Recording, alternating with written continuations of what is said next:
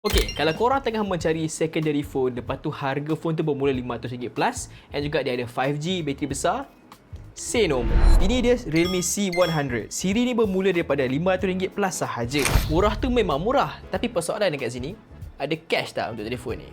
Mana aku cerita? First sekali, point paling kuat untuk telefon ni adalah dia punya bateri besar, iaitu 7000 mAh. Dalam dunia phone murah ni, ini saiz monster dan diklasifikasikan sebagai the durable champion dalam segmen dia ni lah. Untuk korang yang buat kerja outdoor macam bawa lori ke, ataupun buat Grab, buat Foodpanda, ataupun mana-mana rider lah kan. Telefon ni aku memang 100% recommend gila lah, disebabkan korang tak payah fikir pasal power bank, sebab phone ni boleh tahan sehari lebih. Bukan sehari lebih, kat 2 hari pun boleh dengan bateri 7000 mAh dia ni. Satu lagi, Realme panggil binaan ni Armor Shell Military Grade Shock Resistant.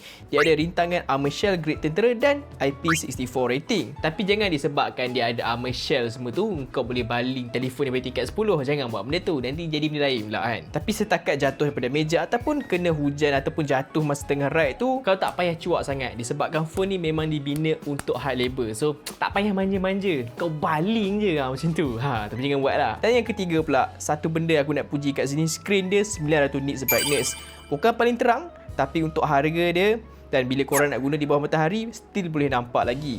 Kau boleh nampak maps ataupun reply WhatsApp dengan jelas je kat sini, walaupun tak terang sangat lah. Lepas tu dia punya speaker pun ada mode 300 ultra volume. Bingit? Yes, memang bingit. Tapi kalau kau kat tempat bising ataupun atas motor, features ni memang kau akan rasa sangat-sangat berguna, tambahi kau tengah call orang di kawasan-kawasan yang sangat bising tu. 300 volume tu walaupun bunyi dia bingit, but that's a lifesaver lah kalau korang nak call orang tu. Tambah bagi orang nak ambil makanan kan, tiba-tiba hello, tak dengar kan. Tapi 300 volume ni, taggat je cover kat sini. Kalau korang yang tanya pasal performance pula, jujur aku cakap, janganlah kau expect performance macam phone flagship.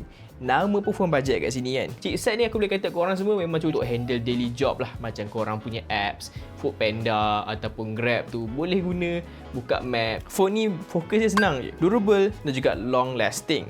So dengan 500 plus untuk phone 5G yang tak payah charge hari-hari dan tahan lasak, berbala ke tak? So kepada korang yang utamakan utility dan juga nak cari phone second tu, jangan lupa check out Realme C100 5G ni. Mana tahu kena dengan jiwa korang. So apa pendapat korang? Cuba tulis kat comment section tu.